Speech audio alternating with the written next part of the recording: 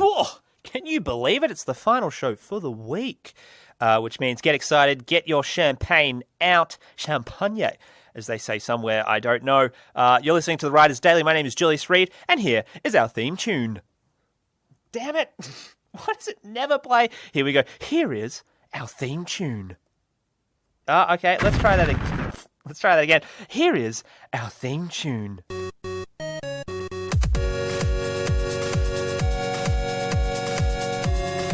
Yeah, there's the theme tune. We got there in the end, but patience is a virtue. Learning patience on the NeverFap. Thank you dearly, Julius Reed, for teaching me about patience. No worries. Obviously here to help you overcome your porn addiction. Maybe you're currently tugging it right now. Think of the reed. Think of me. Delicious. I just wanted to ruin it there for you. Unless if you do genuinely masturbate to the show for pleasure, keep going. It's much better than porn. Use your imagination, you know what I mean? What are you wearing? Thick leather and a jersey. Because, it's cold. I've got to keep warm. That brings us to the first segment. The Checkup! The Checkup! Wah, wah, wah. It's the Checkup. Sexy. I just assume if I keep saying sexy, it'll make you feel sexy. Unless if you're like 9, then I don't know, is that appropriate for a 9-year-old to feel sexy? Is it okay for an 80-year-old to feel sexy? Of course, we're all about Elderly Awareness Week. Obviously, you don't have to be disabled to be old, like that guy who I remember on my Facebook feed. He was like 90 and he was doing like some insane deadlift that I couldn't do.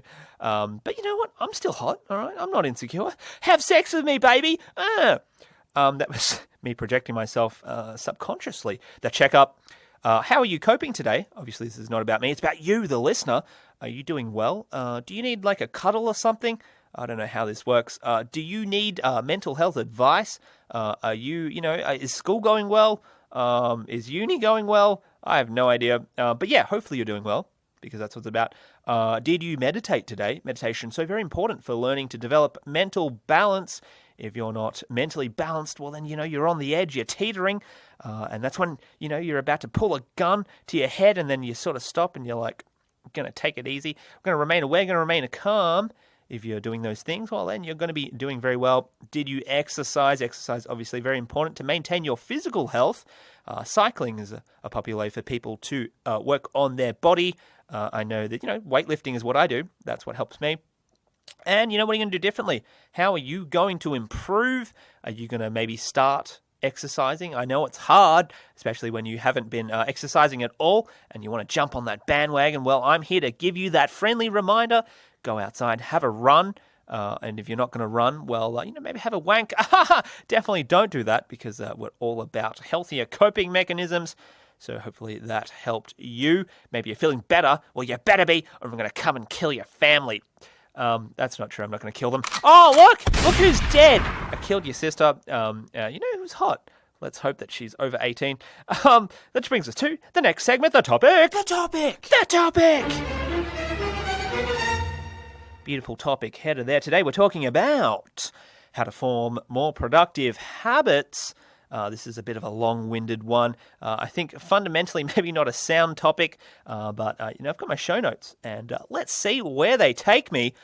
Dear listener, thank you for tuning in. If you've only just tuned in, which is impossible because it means you missed the best bit, the checkup.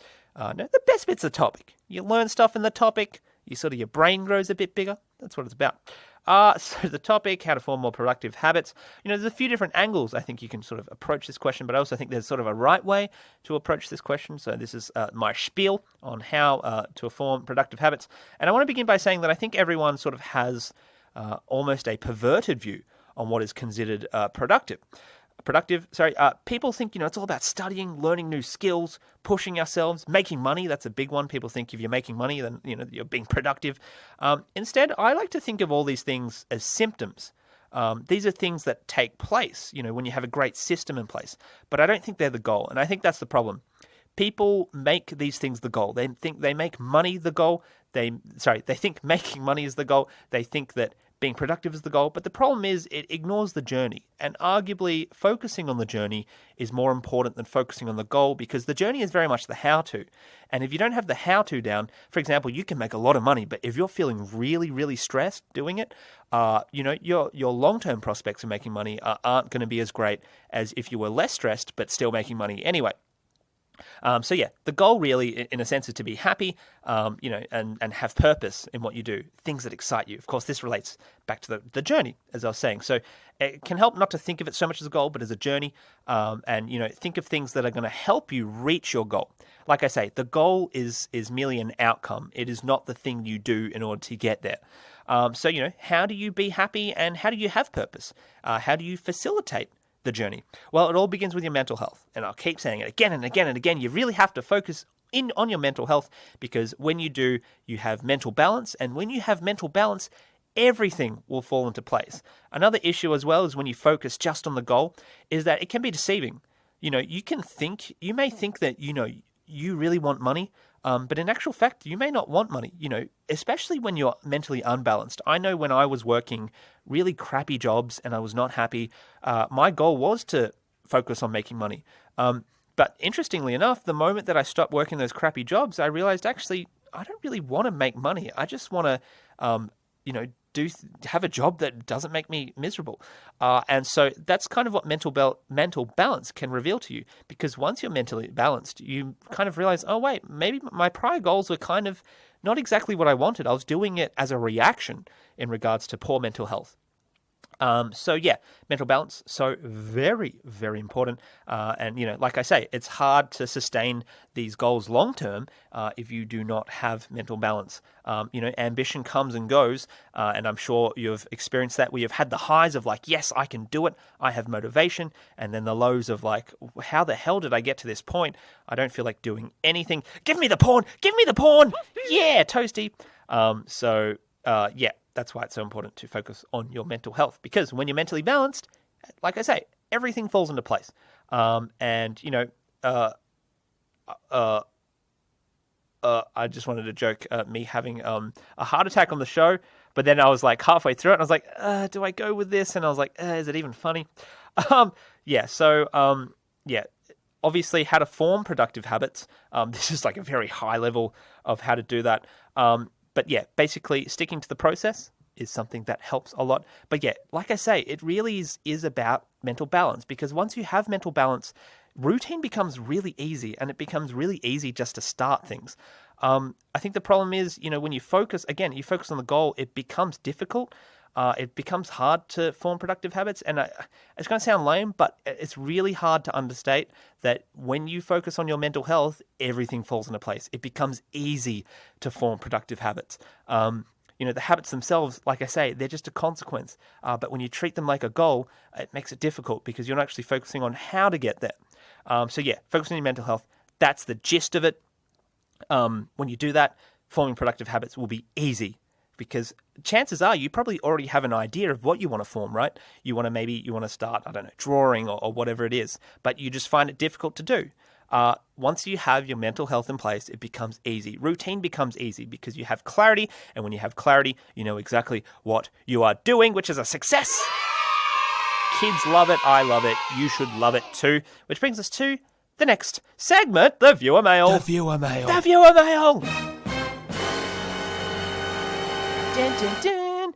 Today's email comes from Julian James. I think we've had a few last name James for this week. Julian James from Messina, Italy, says, "Hey Julius, is it okay to sexualize mental illness? I personally like girls who are obsessive compulsive because they give great head." Well, Julian, I would say it's probably okay to sexualize women with mental illness as long as you physically abuse them as well. You see, life is about taking something bad and utterly destroying it so that it's in much worse condition once you're done after it. An important life lesson for you kids out there. Obviously, it's about That's not about that at all. Definitely don't physically abuse someone with mental illness. That's possibly the worst thing you could do with someone with mental illness. They need care, attention. Obviously, sign up for the $10,000 Daddy Read course on the website as well.